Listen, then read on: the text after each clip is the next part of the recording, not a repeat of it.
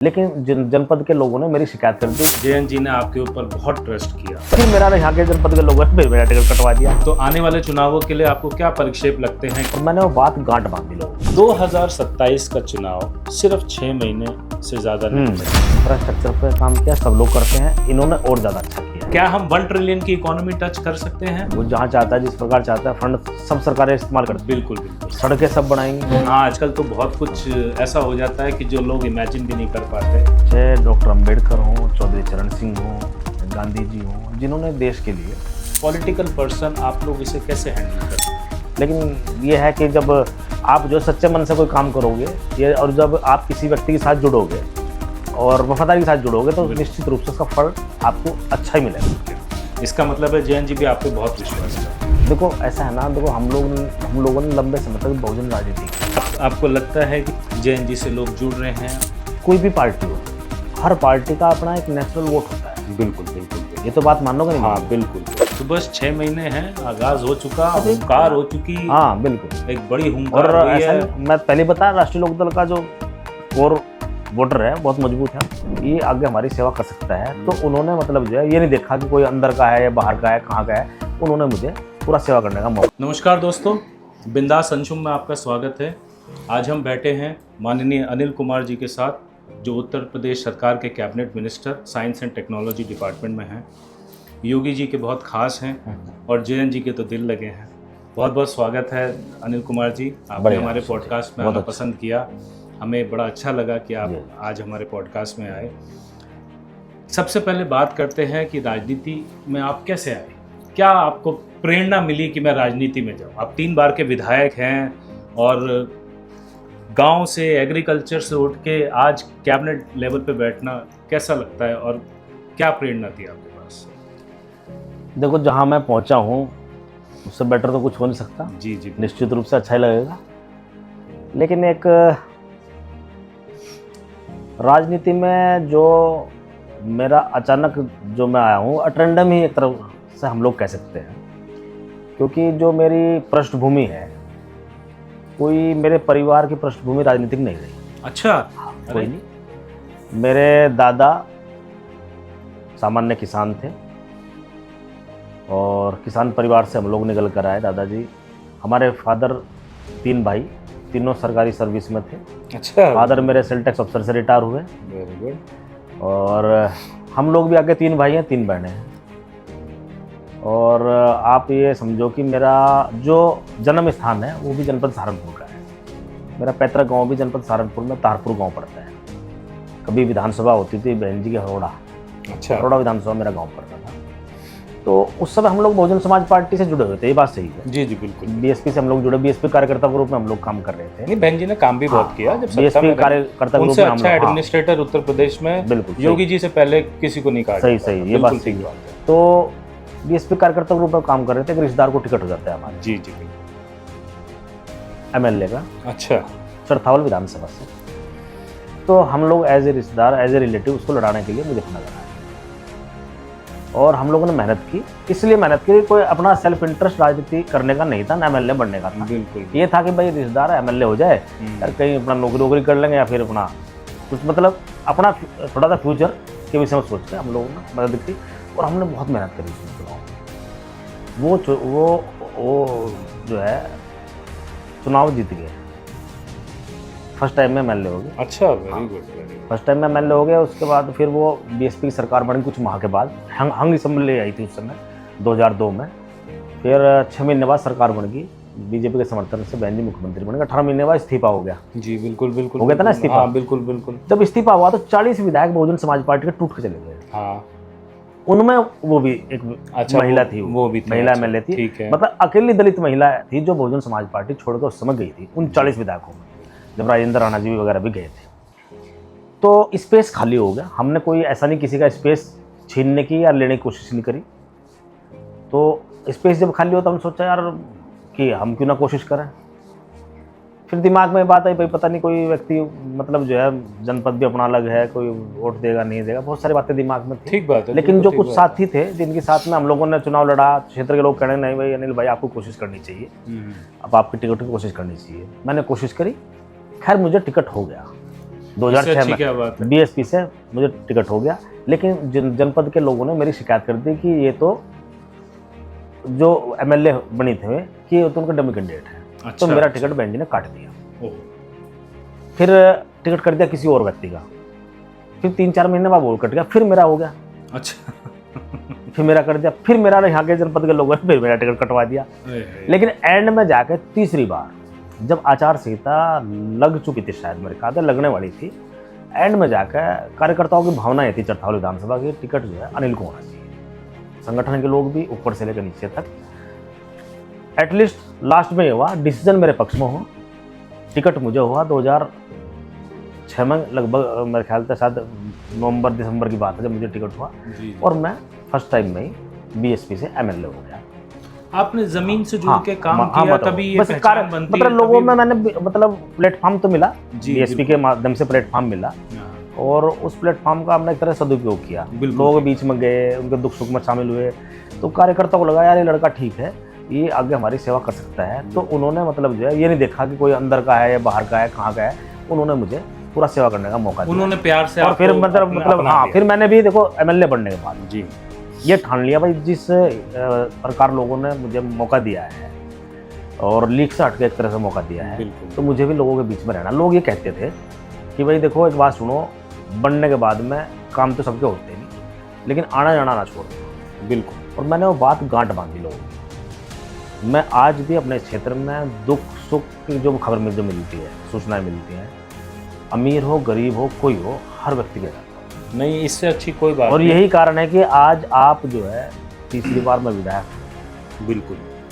आज चौधरी साहब की कृपा से कैबिनेट मिनिस्टर भी हूँ, लेकिन आज मिनिस्टर होने के बाद में व्यस्तता बहुत हो जाती है, लेकिन ठीक उसके बात बाद भी मैं क्षेत्र नहीं छोड़ता। आज भी, आज की अगर हम बात करते तो मैं सुबह 8 बजे मुरादाबाद चला गया, हाँ, मुरादाबाद बिल्कुल, सीधा बिल्कुल, जो है आपकी हमारी सीधा सुबह क्षेत्र में बात- गया, बिल्कुल। वहाँ की बिल्कुल। शादी वादी करके तब मैं आज अब आपके साथ हूँ। नहीं, बहुत बहुत अच्छा लगा। तो ये इतनी सी छोटी सी कहानी है मेरी। हाँ, तो यही तो होता है, जमीन से जुड़ के जब कार्यकर्ता काम करता है तो राजनीति उसकी वैसे मैं पहचान कभी कहीं ना कभी कहीं एमएलए बनती है। बनने की नहीं सोची, कभी मिनिस्टर बनने कभी नहीं सोचा था, लेकिन ये है कि जब आप जो सच्चे मन से कोई काम करोगे ये, और जब आप किसी व्यक्ति के साथ जुड़ोगे और वफादारी के साथ जुड़ोगे, तो निश्चित रूप से उसका फल आपको अच्छा ही मिलेगा। बिल्कुल, बिल्कुल, ये बात आपने बिल्कुल। अब जैसे आप जयंत जी के साथ जुड़े, जयंत जी ने आपके ऊपर बहुत ट्रस्ट किया, कैबिनेट मिनिस्टर जैसा पद आपको दिलवाया, उनके पास एक ही कैबिनेट मिनिस्टर पद था, वो भी उन्होंने आपको देना पसंद किया। इसका मतलब है जयंत जी भी आप पे बहुत विश्वास करते हैं। परसों मेरठ में एकता रैली हुई, जिसको लोग कहते हैं वो हुंकार रैली है 2027 के चुनावों की। तो क्या लगता है आपको आने वाले दिनों में, अधिसूचना तो बहुत जल्दी मुझे लगता है नवंबर दिसंबर में जारी हो जाएगी, दिसंबर में जाएगा, दिसंबर लास्ट में और जनवरी फर्स्ट वीक। तो आने वाले चुनावों के लिए आपको क्या परिक्षेप लगते हैं कि राष्ट्रीय लोकदल कितनी मजबूती से लड़ेगी, कितनी सीटें निकाल पाएगी? ठीक है, वो एनडीए से नेगोशिएट होकर जो भी सीटें मिलेंगी, पर वो क्या अलग वो चीज़ सारी सीटें निकाल पाएगी? देखो, अगर हम एक बात कर देखें, पहले तो बात देखो, चौधरी साहब ने बड़ा दिल दिखा के बहुत बड़ा निर्णय उन्होंने राजनीतिक रूप से लेने का काम किया है, जी, जी। अनिल कुमार को मंत्री बनाया। बिल्कुल, बिल्कुल। और ऐसे समय में जब हमारा समाज जो एक तरह से मान लो बहुजन समाज पार्टी से जुड़ा रहा, और 2012 से वो समाज सत्ता से बाहर है, बिल्कुल ठीक बात। ऐसे समय में चौधरी साहब ने हमारे समाज को ताकत देने का काम करा, जिस समय उसे कोई पूछ नहीं रहा था। बिल्कुल, बिल्कुल। ऐसे समय इस बात में जयंत चौधरी तो ये खाली तारीफ ही हो सकती है और कुछ नहीं हो ये सकता। खाली अनिल कुमार का सम्मान नहीं है, जी, ये बिल्कुल। मेरे अपने दलित समाज पूरे का सम्मान समाज है। का सम्मान। और हम लोग पूरी कोशिश भी कर रहे हैं कि भाई अधिक से अधिक जो है लोग जो है मान लो हमारे साथ जुड़ के राष्ट्रीय लोकदल में जुड़े, और जब भविष्य में चुनाव हो उसमें हम लोग मदद करें। और ऐसा नहीं है, मान लो हमारे समाज ने समय समय पर सहयोग भी पार्टियाँ किया है। जी, जी, बिल्कुल। अभी उसका वहाँ हमारे एक एमएलए था सुभाष गर्ग, डॉक्टर सुभाष गर्ग, राजस्थान में वो जी, मिनिस्टर जी। भी थे। हाँ, हाँ, बिल्कुल। चौधरी साहब का मेरे बाप चौधरी साहब ने मुझे पर्सनली कहा, शामली आए थे, कि अनिल आपको वहाँ जाना है। मैंने कहा ठीक है चौधरी साहब, कल निकल जाओ। मैं कहा सर कब निकलना? कल निकल जाओ। तो मैं अगले दिन निकल गया। मैं 10 दिन वहाँ रहा हूँ लगातार। और चौधरी साहब कहने लगे भाई तभी हम वहाँ चुनाव जीतेंगे जब वहाँ से दलित समाज का वो था मिलेगा, नाराजगी है का। बिल्कुल ठीक बात है, बिल्कुल ठीक बात। मैं कहा सर मैं जाता हूँ, मैं कोशिश करता हूँ। मैं अकेला गया हूँ, मैं और मेरा लड़का PS प्लस ड्राइवर, अपना एक गाड़ी लेकर हम लोग चले गए। मैंने वहाँ जाकर अपनी टीम सेट करी, सारे सरपंच वरपंच वहीं से नंबर लेकर प्रत्याशी ने सहयोग किया काफ़ी, तो पूरी टीम सेट करके हमने वो चुनाव में जब रिजल्ट आया 80% वोट दलितों ने डॉक्टर सुभाष गर्ग को दे दिया। वेरी नहीं, तो ये 5000 बात वोट चुनाव जीत गया। अब देखिए एक ही सीट लड़नी थी और वो भी जिता के ले आए। जब सपा लोकदल गठबंधन में थे तो खतौली का चुनाव था। हाँ बिल्कुल बिल्कुल। तो यहाँ भी 90% वोट मदन भैया को दलित समाज के लोगों ने दिया। हाँ, अगर वो 22,000 वोटों जीते तो वे 22,000 वोट दलित समाज की। हाँ बिल्कुल ठीक बिल्कुल, है। इस बात में कोई शक नहीं। मिथिलेश जी नए गठबंधन में चुनाव लड़ी जी, उसमें भी दलित समाज के लोगों ने वोट दिया है। हाँ बिल्कुल। मैंने उन बूथों पर वोट दिखाया मैंने पार्टी को जिन बूथों पे ना तो कोई जो है अदर हिंदू वोट है, दलित और मुसलमान या खाली प्योर दलित के वो, आप वहीं से तो पता लगेगा आपको वोट मिलना नहीं मिलना, मिक्स बूथ पे पता नहीं लगता किसका मिला किसका नहीं। ठीक तो बात। प्योर बूथों पे हमने वोट बढ़ाया और दिखाया पार्टी को, तो कोशिश कर रहे हैं। तो देखो, बूथ लेवल तक, बूथ लेवल तक, हर बूथ लेवल हाँ। तक संगठन इस टाइम मजबूती से काम कर रहा है। हम लोग पूरा काम करें मजबूती से, और जब 27 का जब चुनाव होगा तो बहुत अच्छा रिजल्ट रहेगा मुझे लगता है। फिर देखो जो राष्ट्रीय लोकदल जो पार्टी है, एक तो कार्यकर्ता बड़ा मजबूत है इसका जी, हाँ दिल से जुड़ा वो हुआ बूथ है। पे भी चौधरी साहब की और कसम जमीन खा पे के भी चलता है। और चोर साहब के लिए मरने मिटने के लिए तैयार बिल्कुल रहता है। बिल्कुल। और अपने प्रत्याशी के लिए भी, हाँ जी, जब प्रत्याशी गांव में आता है स्वागत के लिए, उसका स्वागत बहुत ज़बरदस्त करेंगे, माहौल बहुत ज़बरदस्त बनाते हैं, तो कार्यकर्ता बड़ा मजबूत है, वैसे भी मजबूत है वैसे मजबूत है।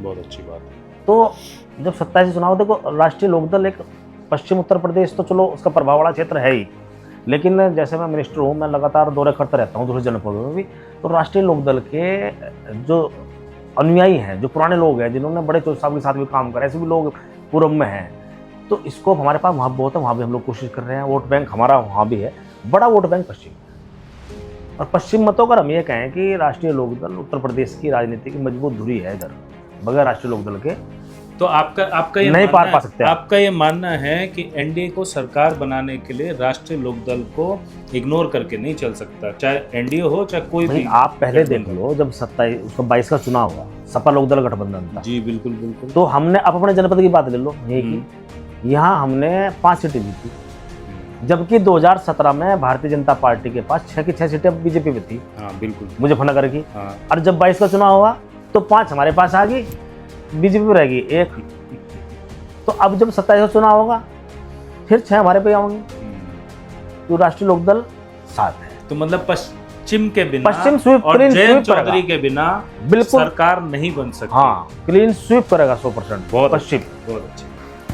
तो भाई साहब, जैसे आप एक बहुत ही महत्वपूर्ण डिपार्टमेंट संभाले बैठे हैं, मिनिस्ट्री साइंस एंड टेक्नोलॉजी, और आज की डेट में चाहे ईरान और यूएस का वॉर देख लें, चाहे खेती देख लें, साइंस और एआई इसके बिना कहीं कोई प्रगति नहीं। आज की तारीख में तो है। और साइंस अगर किसी को समझ में आ गई तो वो हर जोड़ गणित को लगा सकता है, चाहे वो चुनाव जीतने का जोड़ गणित हो, चाहे वो किसानी का गणित हो, चाहे वो व्यापार का गणित हो।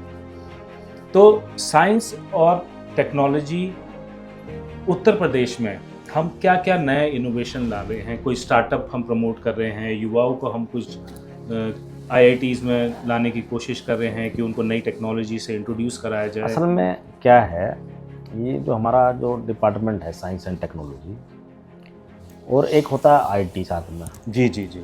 IT तो मेरे डिपार्टमेंट से अलग है, वो सुनील शर्मा जी के पास है। अच्छा। मेरे पास साइंस एंड टेक्नोलॉजी है।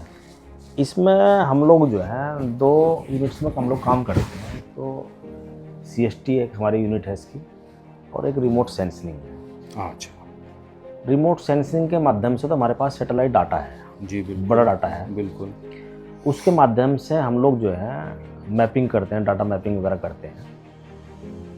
विभागों के लिए हमारा विभाग काम करता है। जैसे मान लो आप जो है डिजिटल मैपिंग कराना चाहते हो, नगर पालिका की, नगर निगम की, पंचायतों की, पूरे किसी कोई विभाग अलग तरह से बिना मैपिंग के आज की डेट में कोई काम ही नहीं हो सकता। हाँ, बिना जो आज के डिजिटलैजेशन हो रखा है, तो उसके लिए हमारा विभाग काम करता है। अच्छा। तो उसके लिए हमारे जो साइंटिस्ट वगैरह हैं वो जी, जी। विभागों में जाकर अपना प्रस्ताव देते हैं बिल्कुल कि ये हमारी टेक्निक है, आप इसका इस्तेमाल करोगे तो आपको ये फ़ायदा होगा। तो दोनों परस्पर दोनों विभागों में सहमति बन जाती है, तो एक जो है MOU में साइन हो जाता है, तो फिर उस पर काम करते हैं हम लोग। तो उसमें वही बात है कि मान लो उसमें जब टेक्नोलॉजी इस्तेमाल करेंगे तो काम में आसानी होगी। बिल्कुल ठीक बात है। तो एक तो ये विषय, उसमें एग्रीकल्चर को लेकर भी हम लोग काम करते हैं। कृषि को लेकर काम करते हैं। और तो जैसे हम कृषि प्रधान क्षेत्र में हाँ। बैठे हैं, आपका कृषि प्रधान क्षेत्र है, जयंत चौधरी जी का कृषि प्रधान क्षेत्र है, पूरा पश्चिम उत्तर प्रदेश है ही कृषि का क्षेत्र। तो हम क्या ऐसा गवर्नमेंट कर रही है जिससे किसानों को फायदा हो? क्या कुछ नई हाँ, तकनीकों पे मैं काम वही कर कह रहे रहा हूँ ना। हैं? मान लो जी, जैसे मान लो एक तो जो फसलों पे मान लो जो भी फसलें उगाता है किसान, जी उन पे भी हम लोग काम करते हैं। उसमें भी एडवाइस जो है किसान के लिए कृषि विभाग को हम लोग देने का काम करते हैं। मान लो बरसात का समय आ रहा है, कोई नदी कहीं से बहती है, उस नदी जब बारिश कितनी होगी इस समय, उसकी प्रिडिक्शन, उसका प्रोडिक्शन हम लोग करके जो है अब हम बिल्कुल। कृषि विभाग को उसका एडवाइस देते हैं कि ये जो है ये स्थिति है, ये नदी जो है यहाँ से नहीं, यहाँ से निकल सकती है, यहाँ नुकसान कर सकती है, यहाँ फायदा कर सकती है, जो भी है मतलब उसका एक पूरा तो उस हिसाब एग्जामिन करके उस हिसाब से गांव में उसमें किसानों को सूचना पहुंचा सूचना देते मिल हैं। जाती है। जी बिल्कुल। अभी हम एक और प्रोजेक्ट पे हम लोग काम कर रहे हैं, जैसे ये आकाशीय बिजली गिरती है। हाँ अब बिजली कहीं भी गिर जाती है, नुकसान करती है बहुत बड़ा, बिल्कुल ठीक। जान माल नुकसान होता है। तो उसके लिए भी हम लोग जो है एक उसमें मतलब सेटेलाइट पर हम लोग काम कर रहे हैं, ताकि उसका हम लोगों को पहले ही पता लग जाए क्या स्थिति, बिजली कहाँ गिरने वाली है, ताकि हम उसको सूचना देते हैं हमको जनमानस को, और उसमें हमारा नुकसान कम हो। तो उस पर भी हम लोग जो है इसमें रिमोट सेंसिंग के माध्यम पर से काम कर रहे हैं। CST के माध्यम से हम लोग जो है, जो यूनिवर्सिटीज़ है हमारी, वो किसी भी फील्ड की हो, उनमें हम लोग प्रोजेक्ट्स के माध्यम से कुछ फंड भी उनको एलोकेट करते हैं, ठीक है। नए इनोवेशन के लिए।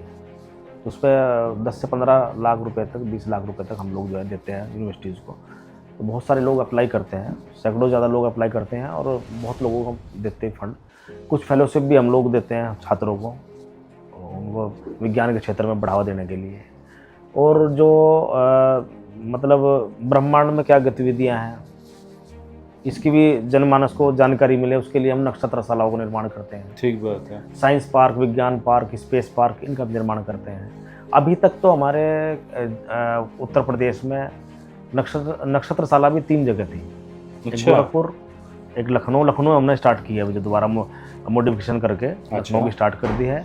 गोरखपुर का मॉडिफिकेशन का काम चालू है, उसे 2-3 महीने बाद स्टार्ट कर देंगे हम लोग। Very good. रामपुर की हमारी पहले से बनी हुई थी, 15 साल पुरानी होगी, उसका भी मॉडिफिकेशन हम लोग करा रहे हैं। अब हमने मुरादाबाद भी लिया है, बरेली भी लिया है, तो बनारस भी हमारा रेगुलरली बढ़ा रहे हैं, मतलब इस बार गवर्नमेंट के प्रोसेसेस को बढ़ा रहे हैं ताकि लोगों तक उसका मैक्सिमम फायदा पहुंच मैक्सिमम सके। फायदा, चाहे वो आकाशीय बिजली का हो, चाहे बाकी मैपिंग का हो, ताकि लोगों को जनमानस को काम करने जीवन में का फायदा जो है पहुंचाया ना, जा मतलब सके। काम करने का ऑप्शन बहुत है इस विभाग में। जी जी। कर रहे हैं हम लोग, धीरे धीरे फंड के हिसाब से करने पड़ते हैं। हाँ ठीक बात है, वो तो ऑब्वियस ही बात ज़्यादा है। बड़ा फंड तो हमारे विभाग का नहीं है, लेकिन उस हिसाब से करते हैं काम।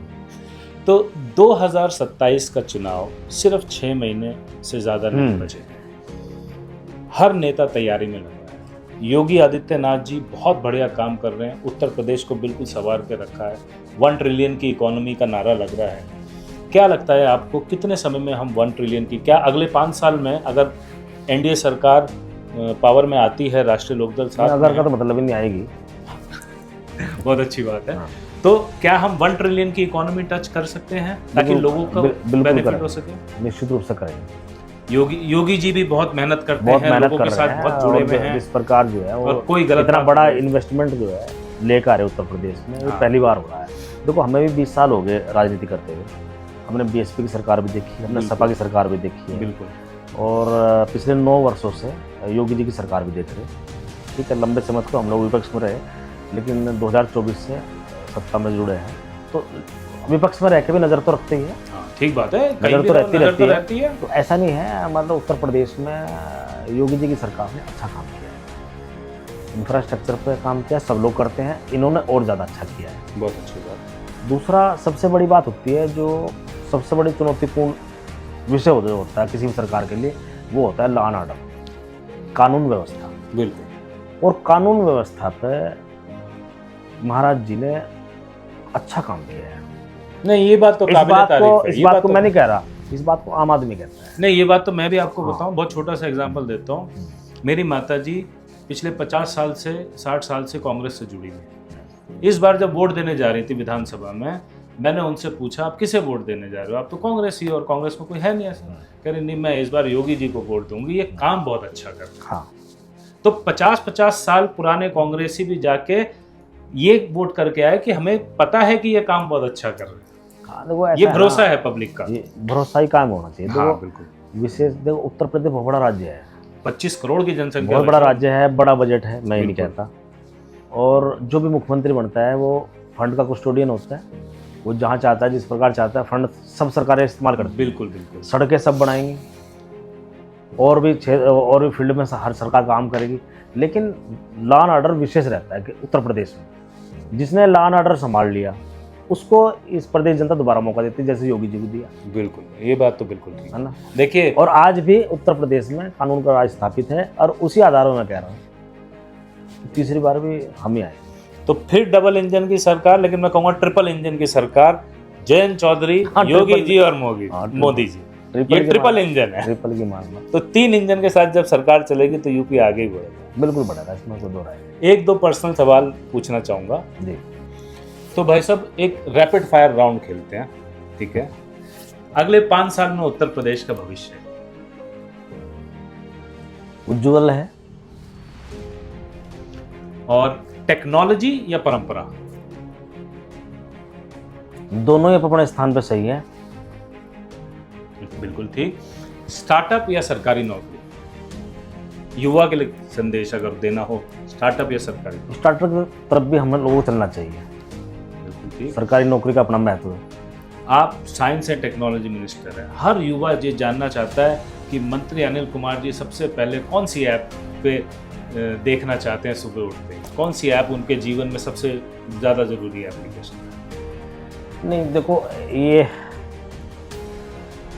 सीखने के लिए तो चैट जीपीटी भी है, हाँ बिल्कुल। यदि आप सीखना चाहो। हाँ बिल्कुल है, बिल्कुल है। मेरिट डिमेरिट दोनों है उसके। हाँ बिल्कुल। हाँ आजकल तो बहुत कुछ ऐसा हो जाता है कि जो लोग इमेजिन भी नहीं कर पाते, तो लेकिन उसके मेरिट्स भी बहुत हैं। हाँ, अगर सही से डिमेरिट्स इस्तेमाल भी किया जाए डिमेरिट्स AI को भी तो बहुत ज़्यादा मेरिट्स है। अब उसको किस विषय में, वो किस तरीके से यूज करना चाहते हैं आपके ऊपर है। युवाओं को क्या संदेश देना चाहेंगे? मेहनत करें और अपने अंदर आत्मविश्वास रखें, अपने दिल की बात सुनें। गांव या शहर, कहाँ पे ज़्यादा संभावनाएं होती हैं? संभावना दोनों जगह अच्छी है, गांव में भी है और शहर के अंदर भी है। गांव का अपना अलग महत्व है, शहर का अपना अलग महत्व है। दोनों जगह संभावना है। हमारी दोनों चीज़ें सुदृढ़ और मजबूत होनी चाहिए देश को विकसित करने के लिए। तो ये हमारा रैपिड फायर था। इसमें हम जानना चाह रहे थे आपकी पर्सनालिटी के बारे में, आपके विजन के बारे में, ताकि लोगों तक संदेश पहुँचे कि आप क्या सोचते हैं, और आप जैसा सोचते हैं आपकी पार्टी वैसा ही सोचती होगी, इसीलिए आपको सोच पाते हैं। ये लोगों को तक पहुंचाना बहुत ज़रूरी है। अब एक छोटा सा सवाल, जो हम परसों ग्राम इकड़ी में, मेरठ में, जो जयंत चौधरी जी की एकता रैली हुई थी, तो उसको सब ने कहा कि वो हुंकार रैली है, 2027 का हुंकारा उन्होंने मार दिया है। युवाओं पे जितना बढ़िया इन्वेस्टमेंट जयंत चौधरी जी ने किया है, मैंने अपने कल के वीडियो में भी कहा कि शायद आज़ाद भारत में भी किसी ने 28 साल के नवयुवक को जिलाध्यक्ष बनाने का नहीं सोचा होगा। तो ये इतना ट्रस्ट युवाओं के लिए है। जयंत चौधरी जी ट्रैक्स लेकर आ रहे हैं स्पोर्ट्स के, इंडोर स्टेडियम के लिए सारी अपनी राशि दे रहे हैं, उन्होंने अपनी सारी की सारी निधि युवाओं के ऊपर लगाई है। तो क्या आपको लगता है कि युवा उनकी इन करे हुए कामों से उनसे जुड़ता जा रहा है और पार्टी से जुड़ता जा रहा है? जैसे आप क्षेत्र में घूमते हैं तो ये सही है, निश्चित रूप से बात सही है कि चौधरी साहब युवाओं के विषय में बहुत सोचते हैं। बिल्कुल, और सोचना भी चाहिए, क्योंकि युवा ही इस देश का भविष्य है। बिल्कुल, हमारा आप अपनी जिम्मेदारी निभा रहे हैं, जो फ्यूचर है वो युवाओं के ऊपर है। और चौधरी साहब स्पोर्ट्स को बहुत ज़्यादा पसंद करते हैं और उसको बढ़ावा देने के लिए भी पूरी कोशिश करते हैं। सरकार में पूरी कोशिश कर रहे हैं। जैसे मतलब इकड़ी में जाने से पहले उन्होंने दौरा किया, हाँ, sports major Dhyan Chand sports university जो बन रही है कि भाई यहाँ क्या हो रहा है। बिल्कुल बिल्कुल, कोई सुझाव उन्होंने वहाँ बीसी वगैरह को दिए भी होंगे, अपने सुझाव दिए भी होंगे। बिल्कुल बिल्कुल। और सबसे बड़ा उदाहरण है कि देश में मुझे लगता है कि पहला सांसद होगा और आखिरी भी होगी, आखिरी भी यही होंगे, कोई दूसरा देगा भी नहीं, जिन्होंने अपनी पूरी सांसद निधि खेल के प्रति समर्पित की। हाँ, कोई सड़क को नहीं, कोई नाली को नहीं, खनिजों को नहीं दूंगा, उन्होंने स्पष्ट कह दिया भाई मैं अपनी पूरी सांसद निधि मुझसे कोई नाली खनन नहीं मांगेगा। बिल्कुल।